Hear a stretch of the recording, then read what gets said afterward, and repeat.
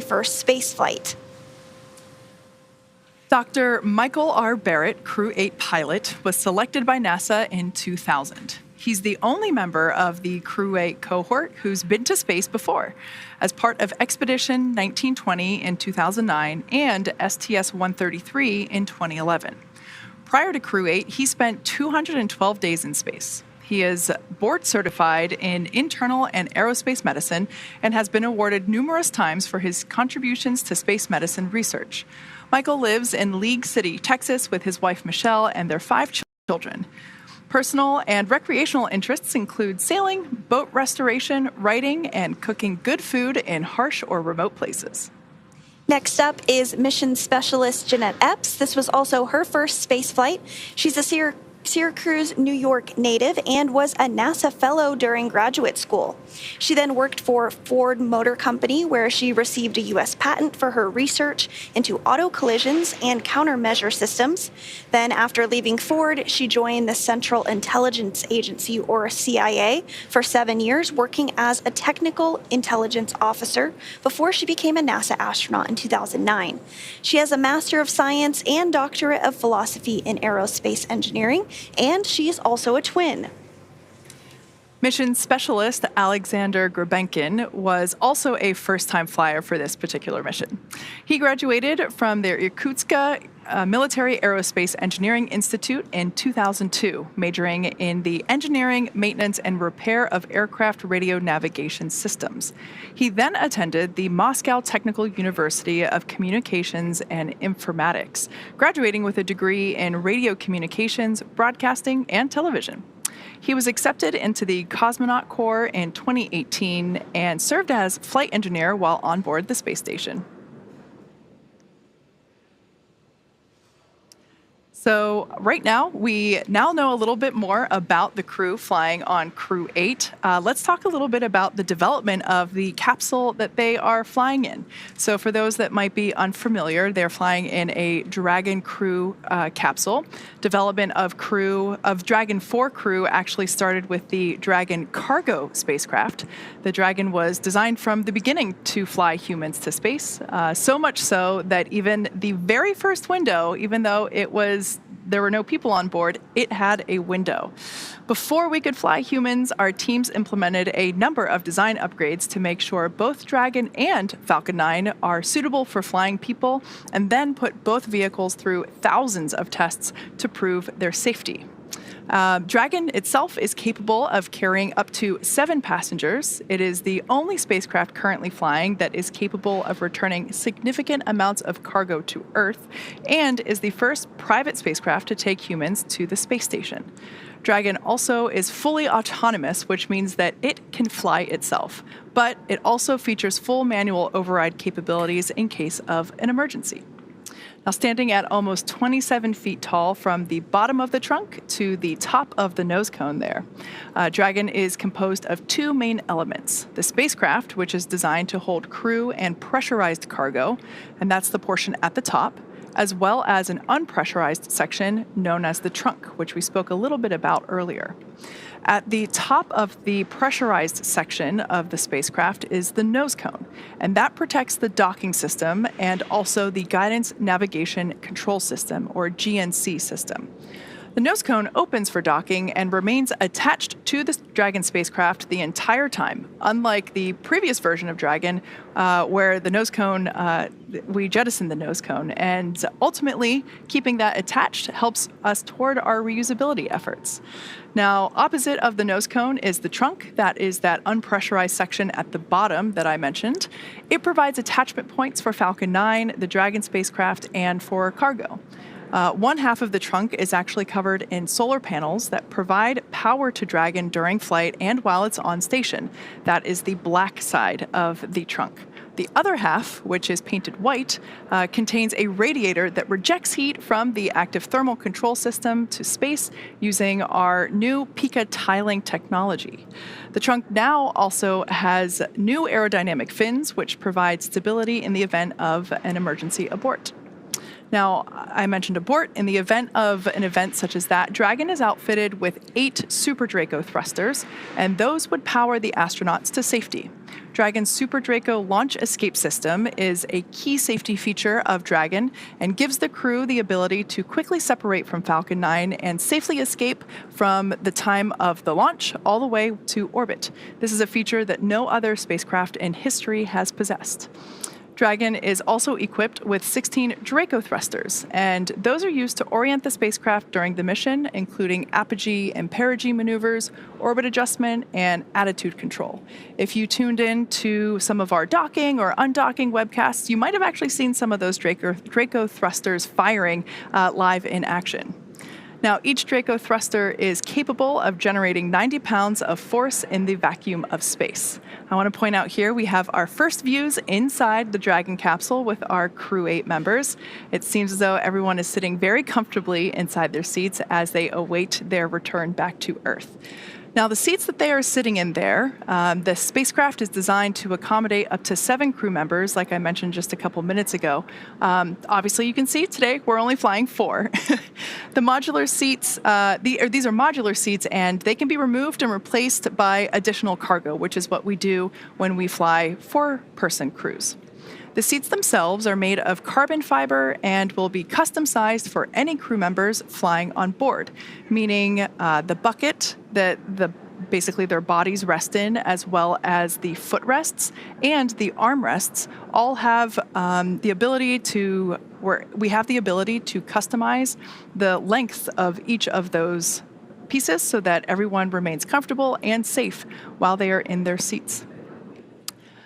Their great view, first view of the morning, of the control panels. These are centered between the pilot and commander's seats. So this view here, we have pilot Mike Barrett on the right-hand side and Commander Matt Dominic on the left-hand side. Those control panels consist of 3 touchscreen displays, and they allow the crew to operate the vehicle and fly it manually, even while wearing the gloves that they have on. These suits that they are wearing are also custom designed and custom built here in-house at SpaceX, and the gloves were specially designed to use with these touch screens to really emphasize the look and feel of a spacecraft of the next spaceflight generation. This particular capsule, we mentioned earlier that this is Capsule Endeavour. I personally have some really fond memories of this capsule, as this was the Demo 2 capsule that first flew Bob and Doug on the very first mission that carried humans into space in a Dragon capsule.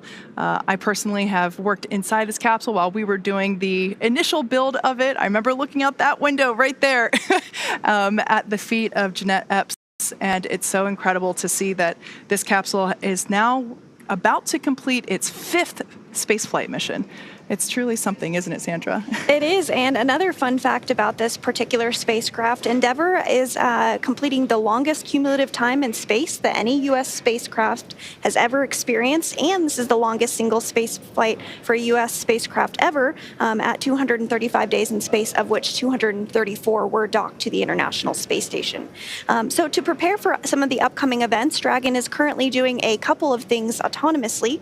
First, it's isolating the thermal control system fluid loops from the radiator that you were discussing, that white portion on the trunk. This system is what will help keep the internal temperature of Dragon comfortable for Matthew, Michael, Jeanette, and Alexander during their re-entry. Dragon is also initiating separation of the claw mechanism, which will help keep the internal temperature of Dragon comfortable for Matthew, Michael, Jeanette, and Alexander during their re-entry. Dragon is also initiating separation of the claw mechanism, which will terminate data, power, and fluid connections between the spacecraft and the trunk in preparation for trunk separation. Now, Dragon Endeavour has flown on several other missions for NASA, including, as you mentioned, Demo 2, the first launch of Dragon Endeavour on May 30th, 2020 to the International Space Station. Next up, it flew Crew 2, which launched in April of 2021. That was actually the first flight I ever got to see in person at the awesome. Kennedy Space Center, so that one is a little memorable to me. That was my second that I got to see in person. Oh, it was just beautiful. It was a pre-twilight launch, gorgeous. Deorbit sequence start in 2 minutes. Dragon copies. And with that call down from the Corps here in Hawthorne up to Matt Dominic, the commander of Endeavour, letting us know that we are nearing the deorbit sequence start. Things are continuing to move along smoothly this morning. So just again to cover the missions that Endeavour has flown on, it first flew DM2, then Crew 2. Next up was Axiom 1, the first commercial astronaut mission to the International Space Station, which launched in April of 2022. Then Crew 6, which launched in March of 2023. And of course, now Crew 8, which will be returning home this evening in just about an hour and 15 minutes or so from now. I want to point out here in this view that we have there, just above their heads in the background, we see some sticker patches. Those are the mission patches that are placed in the capsule by the previous crews. So you were mentioning all the other missions that this capsule has supported. Those were actually the mission patches, but in sticker form that we saw there in that previous shot. Now, Dragon Endeavour is named after the Space Shuttle Endeavour, which completed 25 missions into space. Some of Endeavour's missions included capturing and redeploying the stranded Intelsat 6 communication satellite, launching Mae Jemison, the first African-American woman astronaut into space, performing the first servicing mission for the Hubble Space Telescope, and delivering the Unity module to the International Space Station. So some big shoes to fill, and Space Shuttle Endeavour is the shuttle that is here in Los Angeles. We're eagerly awaiting for the new display to wrap up, and we'll be able to see it in its vertical launch position. But yeah, that's what this Dragon capsule is named after. Yes, absolutely. I'm very much so looking forward to that being completed to check it out. I've seen a couple of the other space shuttles, but not that one just yet. And I did just want to make one quick correction. Splashdown is targeted for 12:29 a.m. Pacific time, so less than an hour from now. So we are looking forward to that. But as you mentioned, the next major milestone that we will look towards is that claw separation, and then the trunk being jettisoned, and then deorbit burn, nose cone deploy. So things are really going to start moving. Deorbit sequence start. And there you heard it. That is great news. So that call out indicates that the entire sequence, some of those events Sandra just mentioned, is now beginning. So it's not necessarily the deorbit burn. It's a little confusing there. It is the deorbit sequence as a whole. So we're now in that phase, and like Sandra said, claw separation, which is the mechanism that keeps the trunk attached to the Dragon capsule, will be released, and we will jettison the trunk, which will leave the heat shield at the base of the pressurized section exposed, which is very important given that the heat shield is what is going to be doing the majority of the work during the reentry phase. Yes, absolutely. That heat shield is critical to the return of Crew 8 and every spacecraft that returns from space, because as the spacecraft re-enters the Earth's atmosphere, that plasma builds up around the spacecraft and very intense heat builds up at that point. But the heat shield helps to protect the crew, the cargo, whatever is in that spacecraft that is returning, so that it can either land or splash down after it makes its way through the atmosphere. And that re-entry into the atmosphere, it also helps to slow the spacecraft down immensely from its orbiting velocity down to just hundreds of miles per hour. And then right before Dragon splashes down, once parachutes deploy, it'll be going about 15 miles per hour. So it really slows down quite a bit in a short amount of time. Now, coming up next, like we said, we are standing by for the call out for claw separation. We expect that to be in 1 minute at 11:34 p.m. Pacific time, 2:34 Eastern time. Just a few seconds after that will be the separation of the trunk. And then about 5 minutes after that, we will hear the call out telling us that the deorbit burn begins. This deorbit burn will last about 9 minutes, and that is the point in which the 4 forward Draco thrusters, so the 4 Draco thrusters located at the top of the Dragon capsule, will fire for that period of time to lock in, and basically that is the point of commitment for return for the Crew 8 crew. Once again, we are targeting a splashdown off the coast of Pensacola, Florida, so Gulf side this time, and that deorbit burn, once that's complete, then we can close the nose cone. For obvious reasons, we don't want to close the nose cone before the deorbit burn. Yep, and that nose cone has actually been open since Dragon launched all the way back in March. It serves as, it has umbilicals attached to the International Space Station, also is the hatch that the crew floated aboard the International Space Station on. And as you mentioned, we are targeting Pensacola for splashdown today, and I'm hearing that the weather is just pristine. Winds are about 2 knots, which is 2 miles per hour, so very, very minimal winds. I expect that we'll see very low wave heights.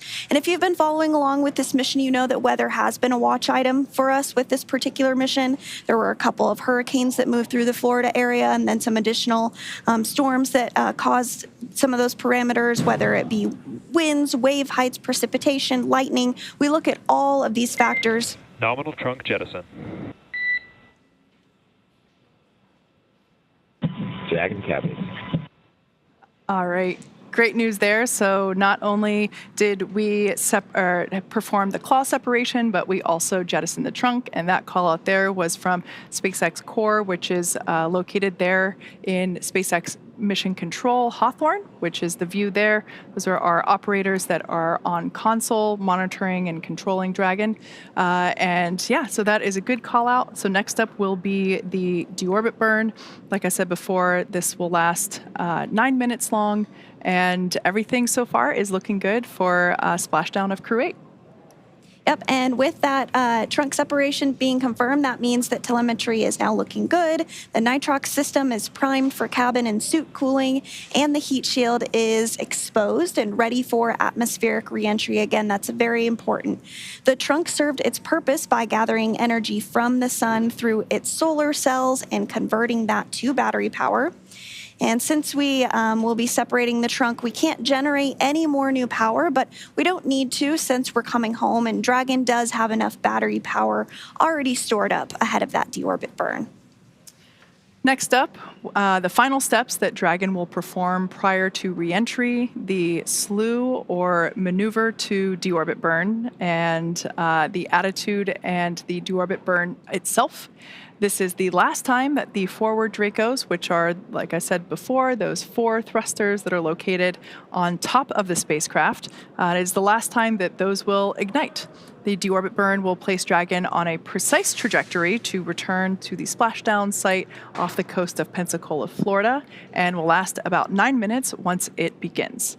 We anticipate that to initiate at 11:39 p.m. Pacific time, 2:39 a.m. Eastern time.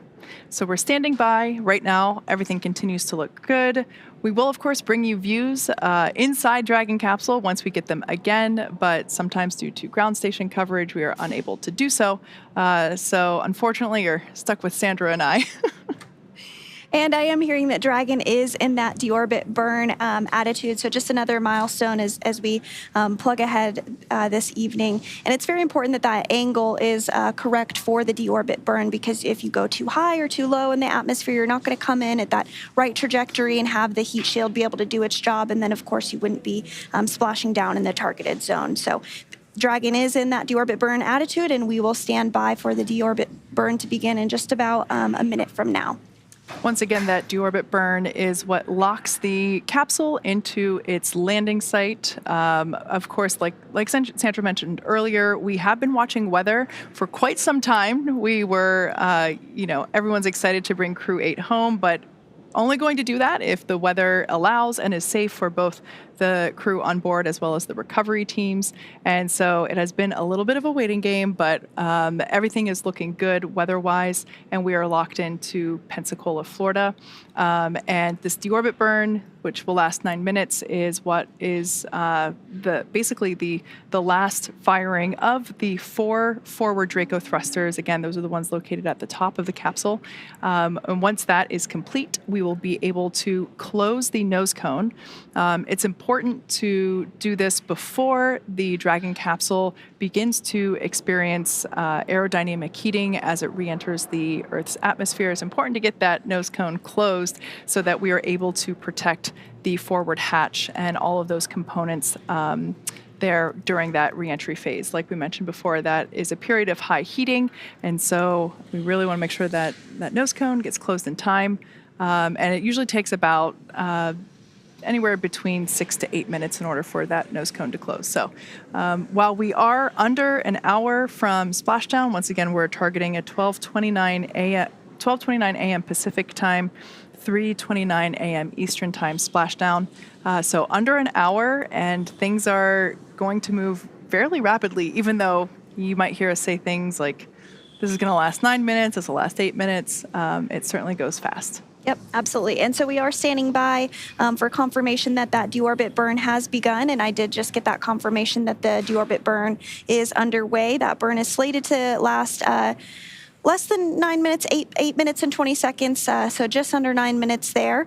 So as a little quick recap, within the last 10 minutes, Dragon has jettisoned its trunk and initiated the deorbit burn just seconds ago. For these operations, NASA and SpaceX closely coordinated with the United States Coast Guard to establish a safety zone to ensure public safety and for the safety of those involved in the recovery operations, as well as the crew on board the returning spacecraft. Multiple notices are issued to the mariners in advance and during recovery operations, and Coast Guard patrol boats are deployed to discourage boaters from entering the splashdown zones. We do want to stress to the public the need to respect this safety zone. Recovering a spacecraft from the water is a hazardous operation, and any other boats interfering increases risk to astronauts and Dragon, the teams working to recover them from the water, and the safety of those if they come too close. So for the safety of the crew and your safety, we recommend you sit back and watch as we'll be bringing you the very best possible views of our astronauts' homecoming. As I mentioned earlier, this deorbit burn is the last time that those 4 forward Draco thrusters will fire. Dragon Endeavour has not yet entered the Earth's atmosphere. This deorbit burn that's coming up that has initiated is what will line the vehicle up and put it on its final trajectory to the landing site right off the coast of Pensacola. Right now, Matthew, Michael, Jeanette, and Alexander are using their screens to keep tabs on the burn duration, Draco thruster firings, and trajectory details like entry angle, spacecraft perigee, and how much distance remaining until deorbit burn termination. Right now, Dragon is flying itself, so all that the crew has to do is stay strapped in their seats and keep tabs on things. Although, if I were at one of those window seats, I would be pretty tempted to want to get my face right up next to the window. Yes, hopefully they're enjoying their last less than an hour in space.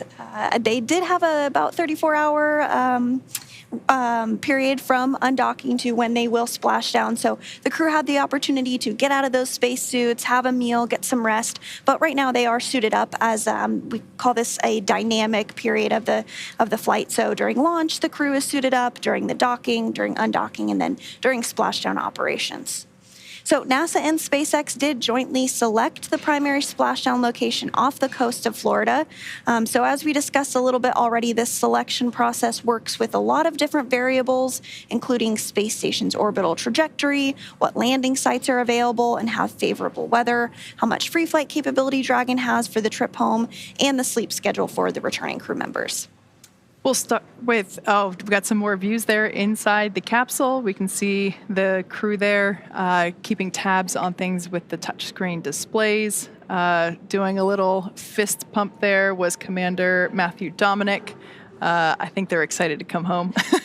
Like we mentioned before, this is the longest human spaceflight mission in a Dragon capsule that has been performed so far. So, this is a cool view because we can actually see indications there. The 2 outward screens show which Draco thrusters are firing. So it's an opportunity for the crew to keep live tabs on what is happening with the thrusters just above their heads.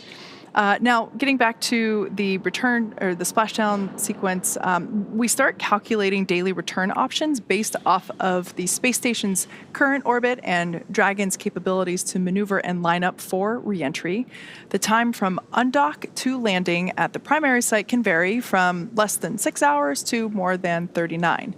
Getting home the quickest comes with some obvious benefits, but we always have to make sure that the crew is properly rested for dynamic operations and preventing us from scheduling 20 plus hour days for them.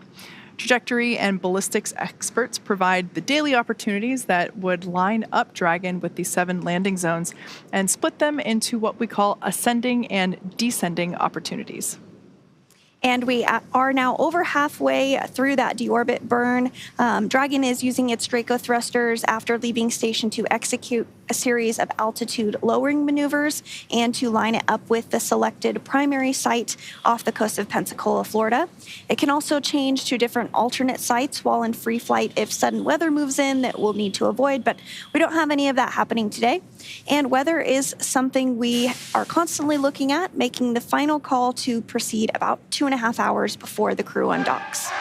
So for the Crew 8 return, we looked at a number of weather items. Some of the obvious ones are no rain or chance of lightning in the recovery zone, both for the safety of the crew inside Dragon and for the recovery teams on the water. We're also looking for wind speeds less than 15 feet per second or about 10 miles per hour and relatively calm seas so we can safely execute recovery operations, which includes landing a helicopter on the recovery ship to fly Matt, Mike, Jeanette, and Alexander back to Florida. Once Dragon began flying free today, we had a number of additional checkpoints to either proceed towards the primary site, head to the alternate, or select a new zone based on real-time weather data. These checks happened all the way up until we're in the final hours before the deorbit burn, which is the last burn in the trip home and commits Dragon to re-entering the Earth's atmosphere. And that deorbit burn is underway, and we are just awaiting confirmation that it is wrapped up. We expect this to complete at 11:48 p.m., so just about 2 minutes until this deorbit burn finishes.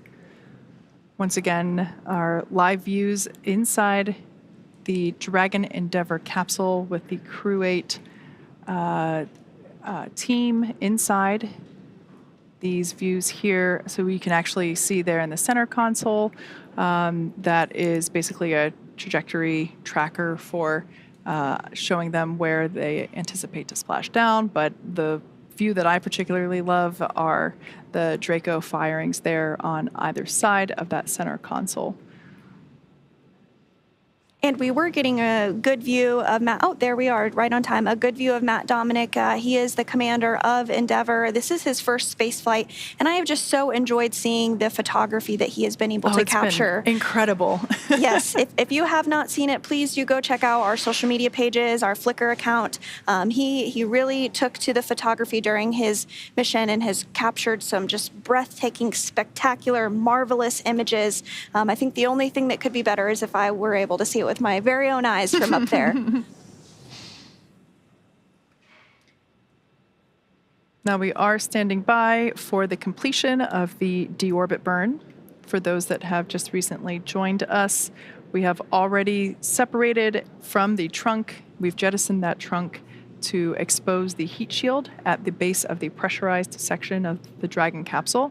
Of course, that pressurized section is the section that we see here on our camera views, where the Crew 8 crew sits. We expect the deorbit burn to complete here in the next 60 seconds or so. This was a 9-minute-long burn, and it is the final burn that lines up the trajectory for the Dragon capsule with the targeted splashdown site. The final firing of the 4 Draco thrusters at the top of the capsule. Deorbit burn complete. Performance nominal. Nose cone closure initiated. Dragon Cappers. And great news, we did hear that deorbit burn is now complete. Dragon is committed to coming home. So next up, we will have the nose cone that does close up. This will take a couple minutes to complete. We have a series, basically 12 hooks on the nose cone that will lock in with the Dragon capsule, and those will close in in 2 different series, so 6 each. Yep, and those are those same nose cones that were nose cones. The same hooks, the same hooks that were used yesterday to actually unhook from the International Space Station, and as it backed away, if you were tuning into our coverage for that.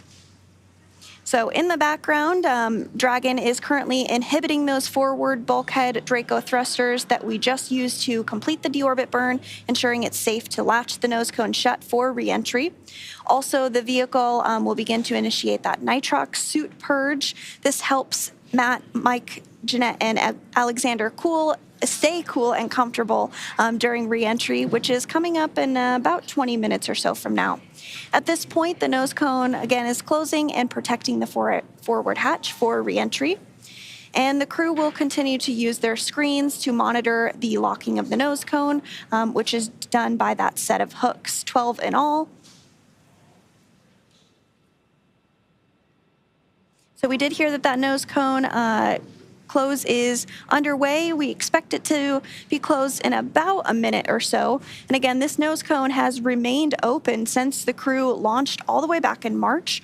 This was nearly an 8-month mission that the crew spent aboard the International Space Station conducting science, performing research, investigations on not only themselves, but on a variety of topics from physics to flame studies. But it is interesting that the crew themselves actually is a part of the science experiment. The International Space Station has been continuously occupied for over 20 years, and we continue to learn more and more about how the body adapts to microgravity. And it looks like we are starting to see a view there of the nose cone as it does begin to close up. You can see that on your screen. Expecting that nose cone to be fully closed in just moments from now.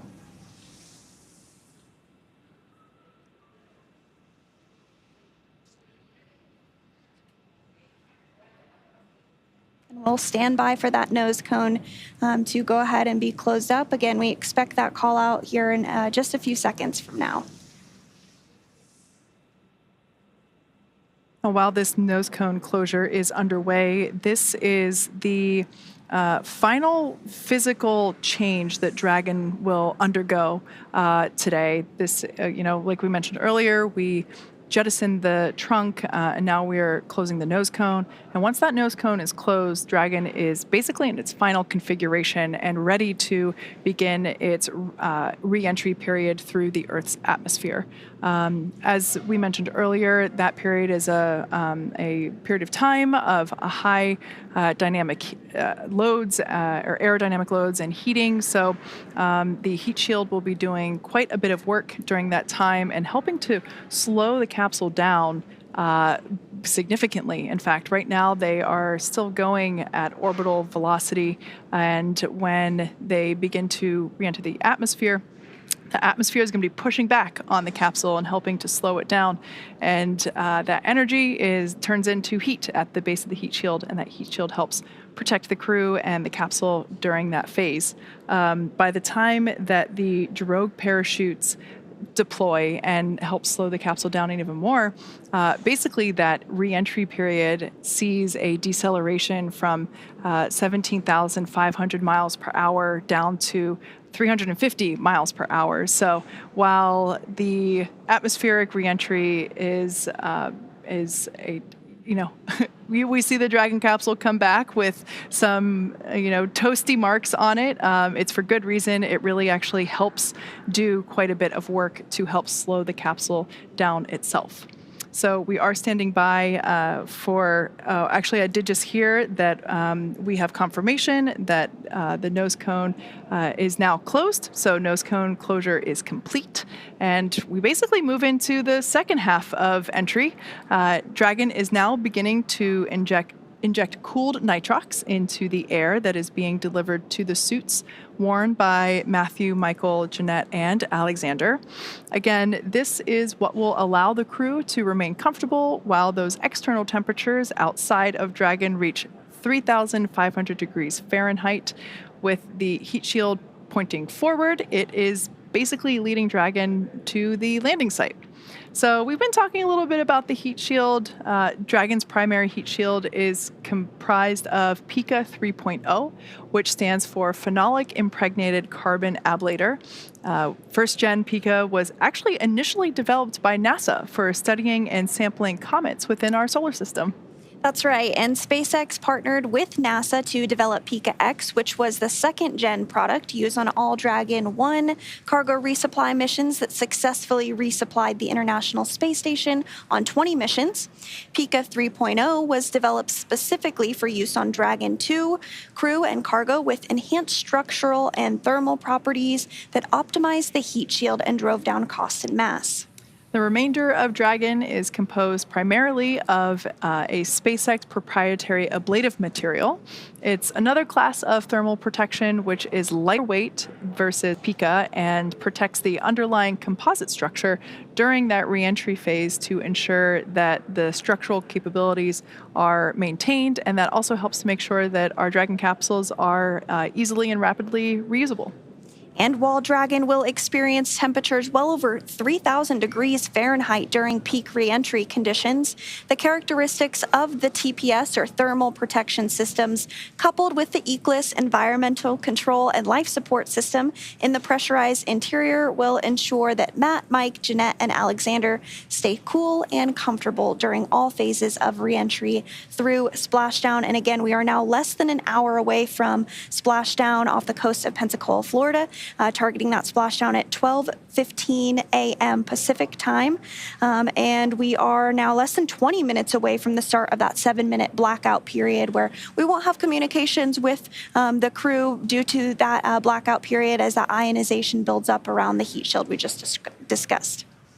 Now, after Dragon Endeavour has re-entered the Earth's atmosphere, we will deploy a series of parachutes to help slow the crew's descent. First will be the 2 drogue parachutes, followed by Nose cone secured for entry.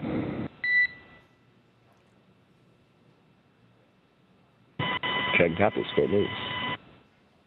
All right, great news there. Confirmation that all 12 hooks of the nose cone are in place and that nose cone is now secure and closed. So fast forwarding a little bit back to re-entry, and more specifically when we're deploying the parachutes, the first 2 parachutes that will come out are the 2 drogue chutes, and those will be followed by the 4 main parachutes that will help guide Dragon to its first contact with Earth since launching back in March 4th to be exact. Dragon will automatically deploy these parachutes when different pressure and positioning sensors on the spacecraft detect that they are at the right speed and altitude. Vehicle velocity at drogue deploy is approximately 350 miles per hour, and they deploy at about 18,000 feet. Vehicle velocity when the main chutes deploy is approximately 119 miles per hour, and they deploy at 6,500 feet. And then vehicle velocity at water splashdown is approximately 16 miles per hour. And the highest G load the crew will experience during reentry is approximately 3 to 5 Gs. So we are standing by for initiation of the next thing we'll have coming up is that loss of signal that occurs as the capsule begins to come back through the Earth's atmosphere, like you mentioned before, the ionization. Right now, we actually have a view there of mission control here in Hawthorne. Those are the Dragon controllers sitting on console, monitoring Dragon's progress, as they have been all throughout the mission. We have Dragon controllers on console 24/7, is on orbit. And this view here is actually a view from our recovery vessel, Megan, a beautiful moonshot. Wow, that is super clear and very cool to see.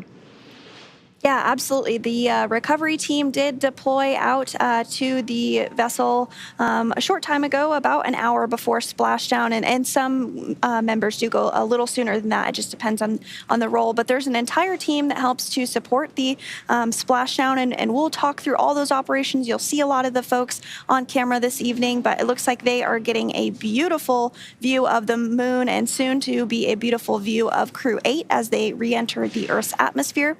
Now, sometimes we do have a path in which Dragon re-enters over places that it can be seen. This one, unless you are in the southern tip of Mexico, it's not a great view for the coastal United States, but if you are in the southern tip of Mexico, you might have a chance of seeing it. Or if you're on a boat in the middle of the Gulf of Mexico, look up and see. It'll look like a very bright comet or shooting star streaking through the Earth's atmosphere as it re-enters.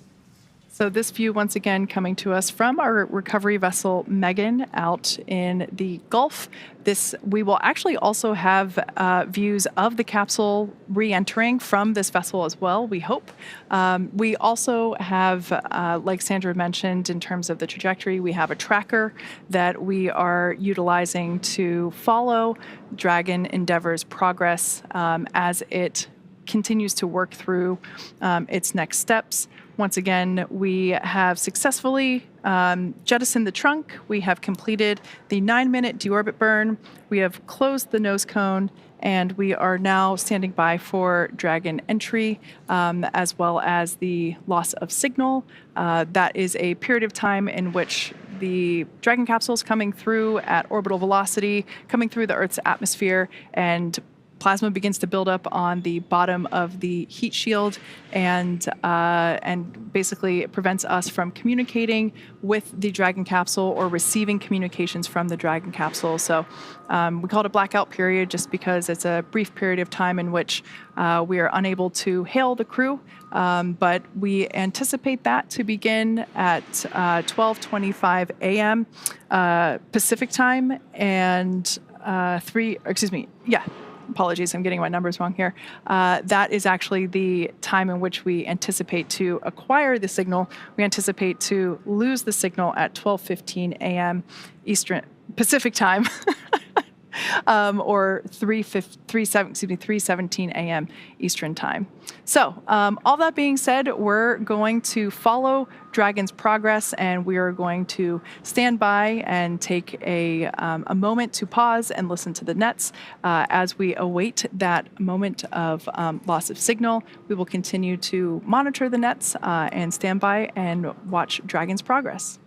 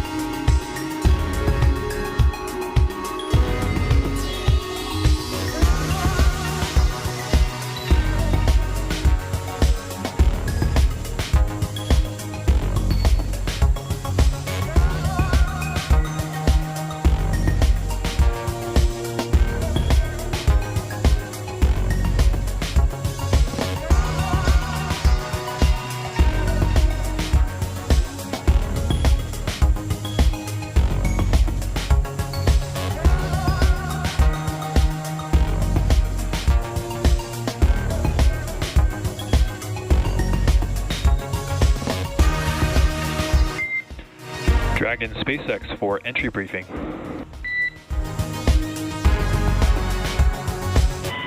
Dragon's ready. All right, and Never, good to report that there are no deltas to the timeline. The team right now is tracking no issues on Dragon, and our landing site weather still looking beautiful with a wind speed of 3 knots, a wave height of half a foot, and a wave period of 6 seconds. How copy? That is tremendous, tremendous news. We're going to go visors down, our sights have secured, and our restraints are tightened. Copy that, Dragon. Crew entry preparations are complete.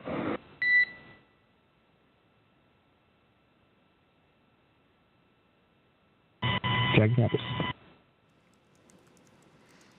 All right, so great news there as we heard SpaceX Core call up to the Crew 8 team, letting them know that there are no changes to the anticipated timeline. So still tracking a 12:29 a.m. Pacific, 3:29 a.m. Eastern Time splashdown off the coast of Pensacola, Florida. We also heard great news about the weather. It's pretty calm. While we haven't seen the view of the water surface yet, I have a feeling it's going to be rather glass-like based on the description of a 0.6 wave height and 3 knots of wind speed. So all in all, really good news, and it's still looking great. Like I mentioned, 12:29 a.m. Pacific time. So 22 minutes from now, we'll have the Crew 8 crew back on Earth. Yes, and that comes after a mission duration of 235 days in space. The crew traveled 99 million statute miles during that time period. They saw the arrival of 8 visiting vehicles and the departure of 8 visiting spacecraft. Some of those were crewed spacecraft with other crew members on board. Some of those were cargo resupply missions. So it has certainly been a very busy increment for them. There was also one spacewalk that took place with NASA astronaut Mike Barrett and NASA astronaut Tracy Dyson, who has since returned back to Earth. But that spacewalk did last 31 minutes. And Barrett has now conducted 3 spacewalks in his career for a total of 5 hours and 37 minutes in all. Wow. That's really impressive. So once again, for those that have just recently joined us, the Crew 8 capsule Dragon Endeavour is making its way back to Earth. We are anticipating a splashdown of 12:29 a.m. Pacific, 3:29 a.m. Eastern Time off the coast of Pensacola, Florida. The next event that we have coming up will be the anticipated loss of signal. This is a brief about a few minutes long period in which we are unable to communicate with the capsule or the crew. This happens every time we bring a Dragon capsule back to Earth. We anticipate the loss of signal to begin at 12:15 a.m., so just 6 minutes from now. And that is a result of the plasma that's building up on the exterior of the capsule. It's a moment in which it gets really hot on the outside. The external temperatures can reach up to 3,500 degrees Fahrenheit, but thanks to the thermal protection systems around the exterior of the Dragon capsule, as well as the cool air that's being flowed through the suits that the Crew 8 astronauts and cosmonaut are wearing, they stay relatively comfortable and cool during the entry phase. So nothing to worry about there.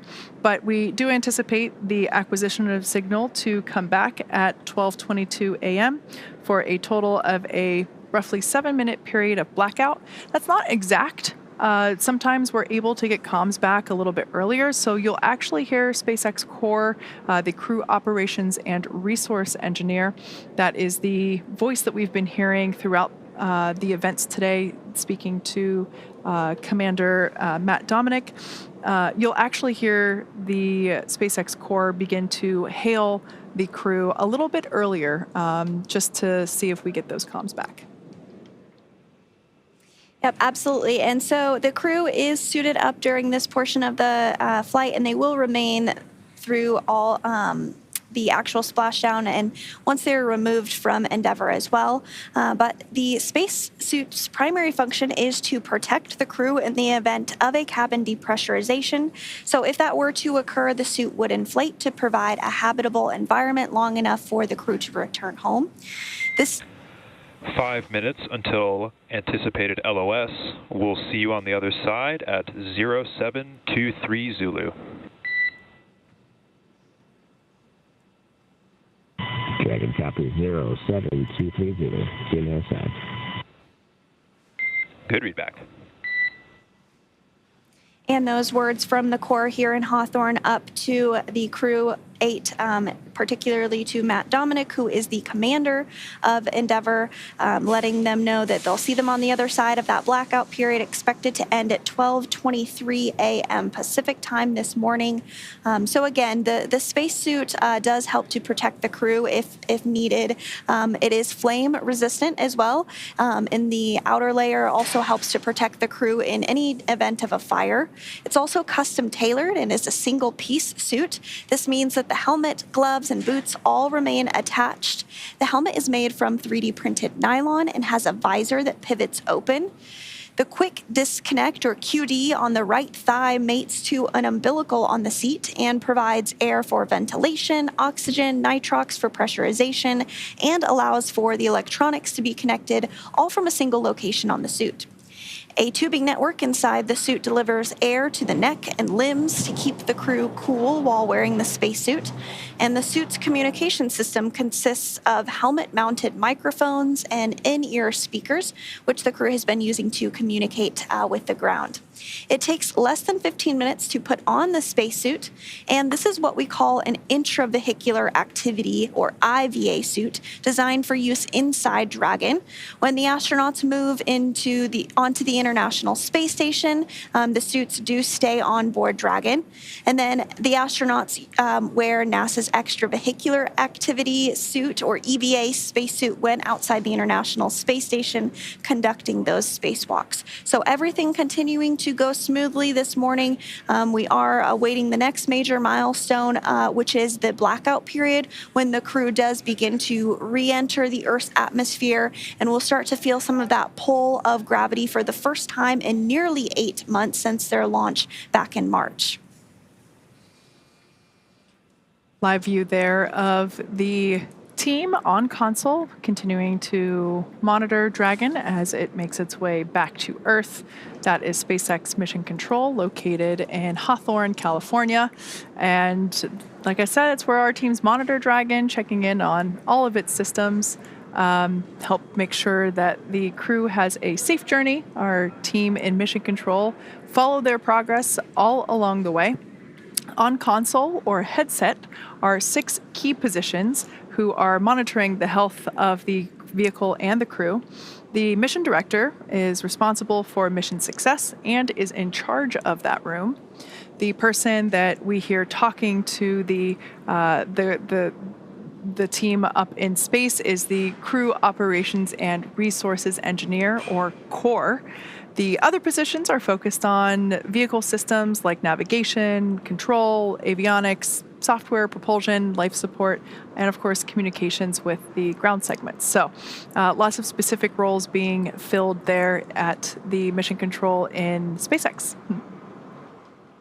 Yes, absolutely. And I am hearing that Dragon has slewed to the final entry attitude and is beginning that entry interface period. So we'll stand by as this blackout period begins, and then of course, we'll catch the crew with those comms on the other side of it. So in addition to Mission Control Hawthorne, there is Mission Control Houston, a very familiar place for me, which is staffed 24 hours a day, 7 days a week. There you do see a shot of Mission Control Houston on your screen. Team members here are trained in a variety of disciplines and monitor all of the space station systems. And just like Mission Control at SpaceX, we have someone dedicated to talk to the crew members to streamline communications. This keeps the astronauts from needing multiple conversations on different subjects. This role is the CAPCOM, which stands for Capsule Communicator. However, this person isn't actually talking with the spacecraft. That's SpaceX's core. The Capcom is speaking with the astronauts already living aboard the International Space Station. And the Capcom does sit right next to the flight director. The flight director gathers information and data from all flight controllers and leads the team through major milestones. They approve or decline suggestions based on pre-established flight rules. Other key members include the ADCO, who controls the attitude or orientation of the space station. We also have the visiting vehicle officer, or VVO, who monitors the work and works with external teams sending spacecraft to and from the International Space Station. There's also a flight surgeon who works with the astronauts to get a chance to speak with them on a regular schedule on private medical conferences. We also have Robo, who works with the Canadarm2 to maneuver it to complete work outside of the space station. When astronauts are on a spacewalk, the Canadarm2 is maneuvered by an astronaut within the International Space Station. And there are many other positions and team members who monitor the station's solar arrays, the astronauts' schedules, and even where every single piece of equipment and cargo is stored. So it takes a tough and competent team to make a mission successful. And we now are in entry interface and do have that loss of signal with the crew. Again, this is expected as they make their way through the Earth's atmosphere. It will last just a few minutes, and then we'll begin to hear the ground call up to the crew for a comm check. Sometimes that comes a little sooner than expected, sometimes a little later. It just depends. But we do expect to regain communications with the crew once we are out of this entry interface period. Right now, the crew on board Dragon Endeavour, of course, our team of Crew 8, the 3 NASA astronauts and 1 Roscosmos cosmonaut, they are themselves monitoring the entry phase. They are following along with the touchscreen on the inside of the pressurized section, that touchscreen monitor that they continue to follow progress with. Earlier, we saw it as the 4 forward thrusters were firing during the deorbit burn. So now they continue to monitor that. They are adjusting their cameras in preparation for drogue shoot deploy. They are also continuing to monitor velocity and basically keep tabs on how things are progressing. Like we mentioned, the period of loss of communication, which is what we are now in, we anticipate that to end, also known as AOS, or acquisition of signal. We expect that to occur at 12:23 a.m. Pacific time, 3:23 a.m. Eastern time. We might hear SpaceX core begin to hail the crew a little bit before that. We also might hear our commander, Matt Dominic, also say hey before we even begin hailing them. So this period of blackout varies from mission to mission. It's not super precise, so we will attempt to regain those communications at the earliest reasonable opportunity, but this is totally expected. This is what happens every time we bring a Dragon capsule back through to Earth.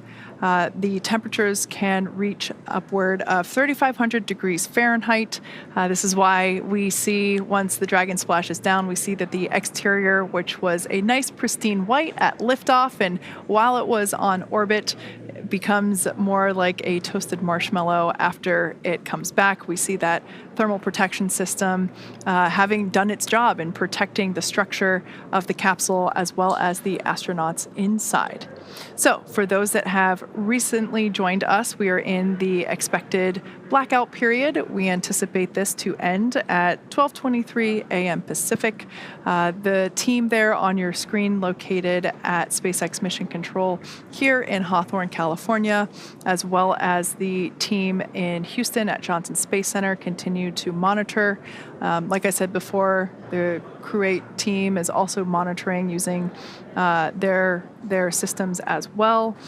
Prior to this prior to this dynamic event, they had already closed their visors. They had already stored the tablets and any other loose items, including the zero-G indicator, of course. So they are well prepared. And like we mentioned, they will remain in their suits until after they splash down and after the recovery team retrieves them from the water and helps them egress from the capsule. Once again, we are anticipating a splashdown off the coast of Florida near Pensacola, so in the on the Gulf side of Florida. Our recovery vessel Megan is standing by, waiting for the Crew 8 cohort to return. The recovery team, actually, there's our first view of Dragon Endeavour making its streaking appearance across the sky. This view comes to us from the recovery vessel, Megan, as I mentioned earlier. And we actually do have a very special guest, Shaniqua Vereen, a public affairs officer at the Johnson Space Center. She's on the boat right now. Shaniqua, can you hear us okay? And let us know what you are seeing right now as we watch Crew 8 streak through the atmosphere about to splash down. Let us know what you're seeing. Yes, Sandra. Hi. I hope you guys can hear me loud and clear. I am on the recovery vessel Megan, as you stated. We are getting our first views here on the ship as well. I'm with NASA photographer who is seeing the navigation lights as well as the streaking across the sky. It's a pretty exciting time right now on the recovery vessel. All personnel that's not on the FAST are up at the front of the hull of the ship, just watching it as it comes in. Again, the Megan is stationed about 3 miles, about 1.5 nautical miles away from the splashdown zone, and we're looking to have the crew splash down in just about, 6 minutes, 5-6 minutes? And so we're catching all the views until the parachutes deploy and they splash down in the ocean. That is so excellent, Shaniqua. I am jealous of the view. I mean, it's beautiful on our screen, but I can't even imagine what it looks like in person. So soak that in, enjoy that moment. We are expecting to regain communications from the crew in about a minute or so. We might start to hear some of those calls out from the ground or from Matt Dominic, the commander of Crew Dragon Endeavour, as they come out of this blackout period. But again, we're continuing to get great views of Crew 8 as they are re-entering the Earth's atmosphere. Again, standing by to regain those communications, expecting that in about a minute or so. Dragon SpaceX, comm check. Loud and clear, Alice. We have you the same. Great news there. Communication blackout period over. We heard the voice of Commander Matthew Dominic. Now coming up at 12:25 a.m. Eastern, or excuse me, Pacific, 3:25 a.m. Eastern, we will deploy the drogue parachutes. Now, frame of reference, prior to the period, coming through the Earth's atmosphere. Dragon is on GPS. Expect automated chute deployment at nominal altitude. Dragon copies. All right, just a call out there, letting the crew know how Dragon is calculating the when and how to release the parachute. So the drogue chutes are going to come out first. There are 2 of them. This occurs around when the capsule is going about 350 miles per hour or so, roughly about there. Those will deploy, and then about a minute or 2 later, the main parachutes, about a minute later, the main parachutes will deploy, and that at that point in time, the capsule will be going about 120 or so miles per hour. So those drogue parachutes do quite a bit of work as well to help stabilize and slow the Dragon capsule down. So standing by now for deployment of the drogue parachutes. Brace for drogue window. Dragon bracing.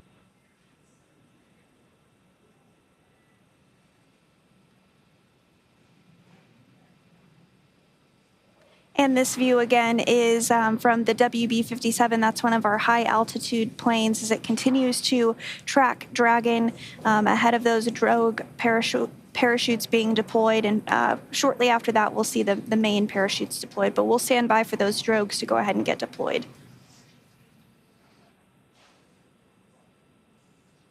We are hearing that Dragon has good pitch and yaw stability, so everything continuing to go really smoothly, targeting that splashdown at 12:29 a.m.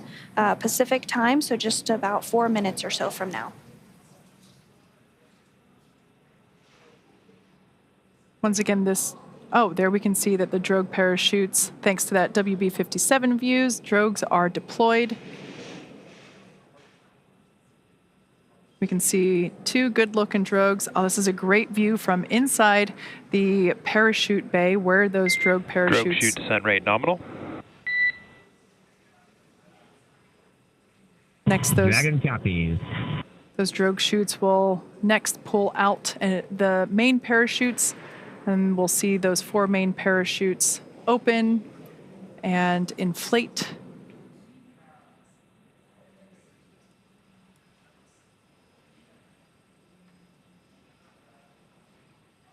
Once again, Dragon we can see deployment there of the 4 main parachutes. Dragon is doing this autonomously, releasing each set of parachutes. We can now see those 4 main parachutes begin to inflate.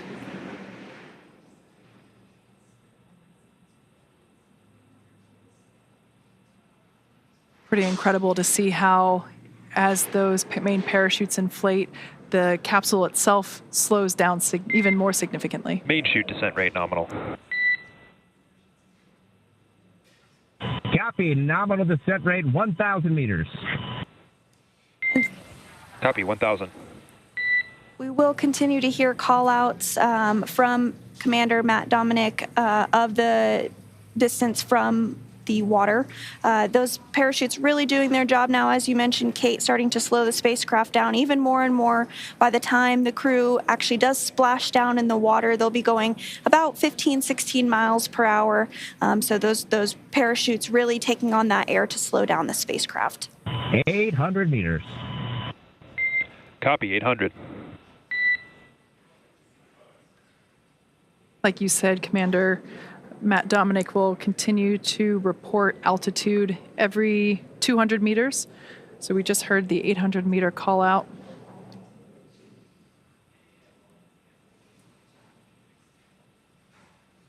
And we also heard that the descent rate was nominal or as expected. Another good call. 600 meters. A good call out there. Copy, 600.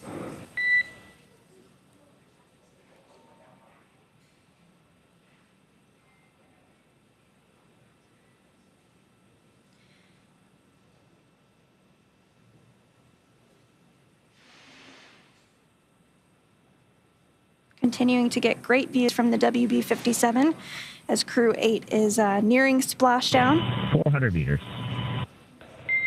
Copy, 400.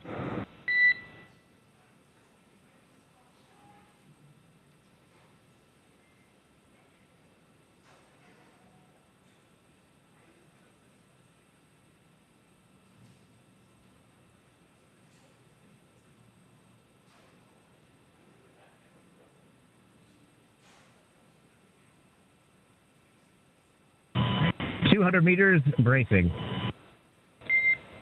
Copy, 200 and braced. At this point in time, the seats in Dragon have rotated a little bit to help provide a more comfortable and safer bodily orientation for the crew members as they come closer to splashdown.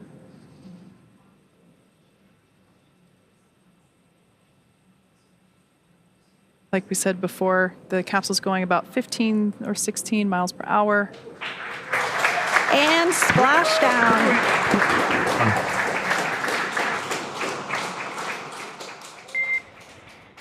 And Endeavour, we see the same. On behalf of SpaceX, welcome home.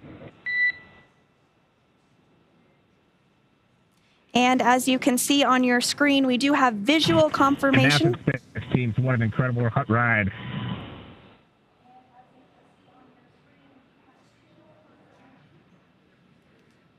again, we do have visual confirmation of Crew 8 successfully splashing down after 235 days in space. They are now back on Earth. Dragon Endeavour has returned home, and NASA astronauts Matt Dominic, Mike Barrett, and Jeanette Epps, and Roscosmos cosmonaut Alexander Gurbankin are back on Earth after an approximately 34-hour return journey from space. As you can see, SpaceX recovery ship and team have been waiting for Dragon's splashdown, and they're now making their way to the splashdown location. Teams have been ready and waiting about 3 nautical miles away, so it's going to take about 30 minutes for them to make their way to Matthew, Michael, Jeanette, and Alexander. They're inside Dragon. We can see there the recovery lights shining some light onto the Dragon capsule. Now, immediately after splashdown, the Dragon capsule automatically cuts the lines. Dragon, we show water operating flight control state.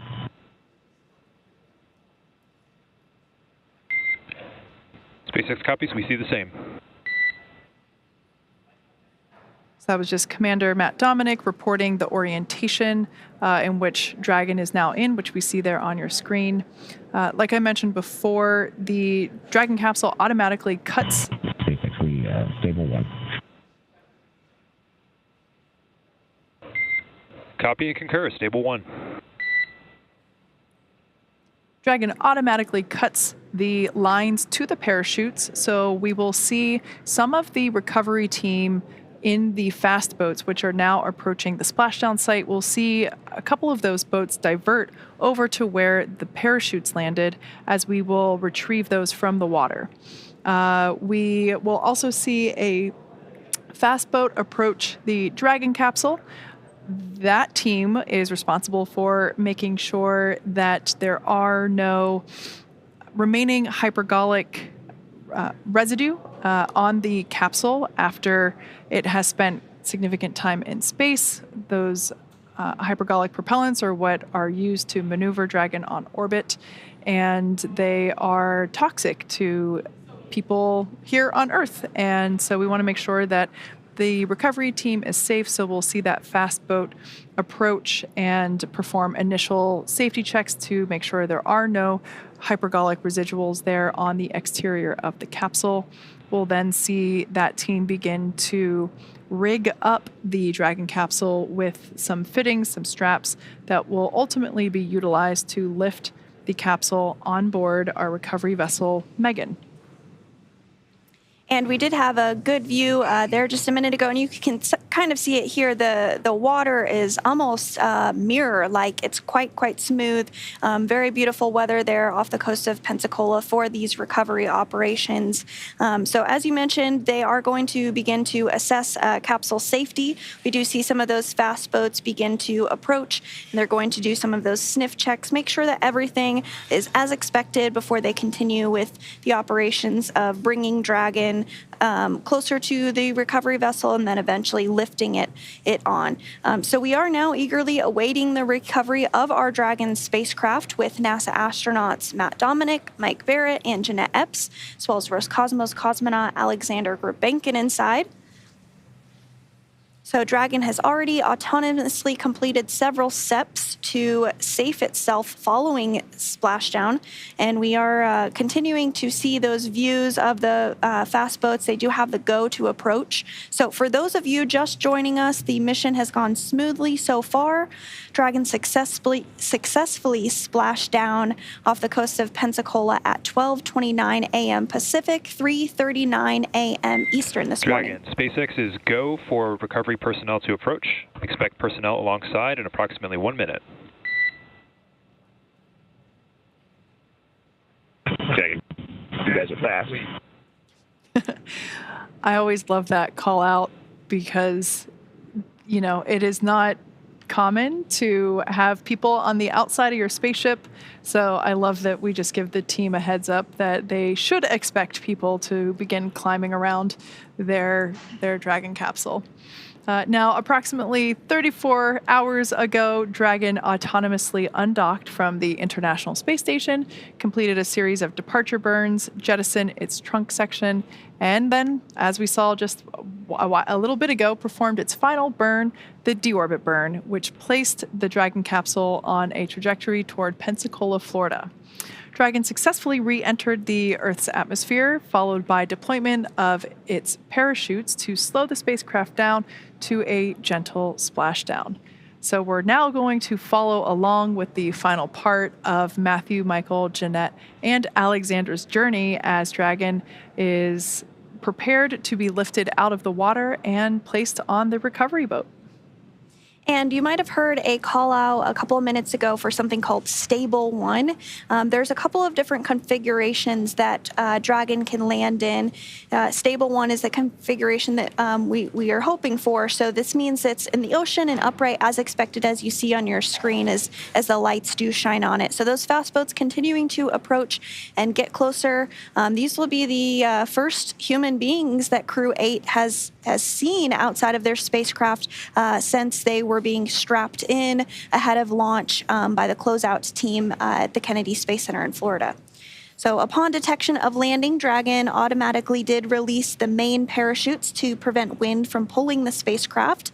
And then Dragon automatically safed its pyrotechnics still present on the spacecraft and automatically performed additional minor system reconfigurations if needed.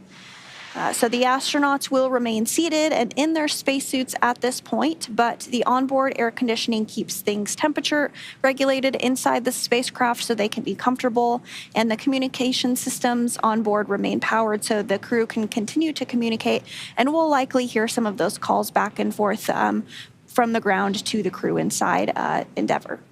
Yeah, you mentioned the automatic cutting of those parachute lines. We often talk about how Dragon is autonomous and how it does things itself, but the crew is always there monitoring and ensuring that things are going as planned. So actually, one of the first actions that they have upon splashdown is to listen for the cutting of those lines. And so if for some reason we confirm that the parachutes were unable to be released, the crew inside has the ability to do that manually. So just because they splash down doesn't mean their job is over. Now, in this view here, we can see some of the recovery team there in the fast boats that got that go to approach. We have 2 fast boats in the recovery fleet, which you see there, that have moved rather quickly to that splashdown point. They are being followed by one of the main recovery vessels, which will move into position upwind of the spacecraft. We put it upwind just in case there are any residual hypergolic elements there on the exterior of the capsule. So putting the larger recovery vessel upwind before having the confirmation that there are no residuals, key safety check there. The 2 fast boats have very specific roles. Their first view of our second fast boat. The first one is focused on immediate safety inspection of the spacecraft integrity and checking for any presence of those hypergolic propellant vapors. And this helps ensure that it's safe for the recovery vessel to approach Dragon as well as the rest of the recovery team. Once Dragon... Hypergol sweeps and unfired ordnance checks are nominal. Rigging is in progress. Approximately 25 minutes until capsule lift. Stand by for PMC with the ship flight surgeon and Hawthorne flight surgeon. Dragon. All right, great news there. So we got confirmation that those safety checks are complete. So we'll now see the recovery team begin to place the required straps and harnesses around, as you can see there, around the Dragon capsule. We also heard confirmation that the words that were used were unfired ordnance. Those are those pyrotechnics that are utilized to fire the parachutes at the appropriate time, so confirmation that those have been saved. And we also heard PMC, that stands for Private Medical Conference, and that is an opportunity to speak with the flight surgeon and to give a rundown on how the crew is feeling.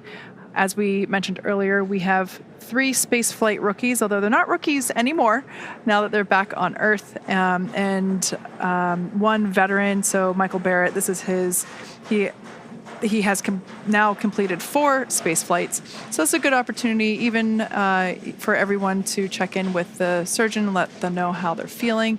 And of course, that is private. Now, we did get that all clear for full approach. So like I said, that you can see that the team beginning to rig up the spacecraft for the recovery by the recovery ship.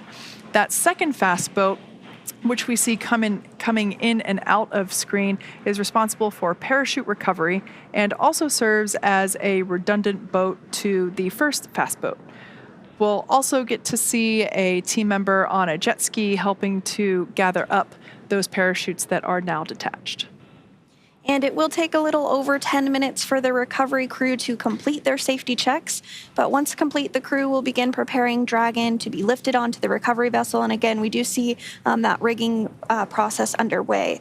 As part of the preparation for this lift, one member of the recovery team will climb on top of the spacecraft, as you see, so they can attach all those hoist rings and connect the lifting lines. So it does typically take us less than an hour to raise Dragon to the recovery boat and remove the crew from the spacecraft.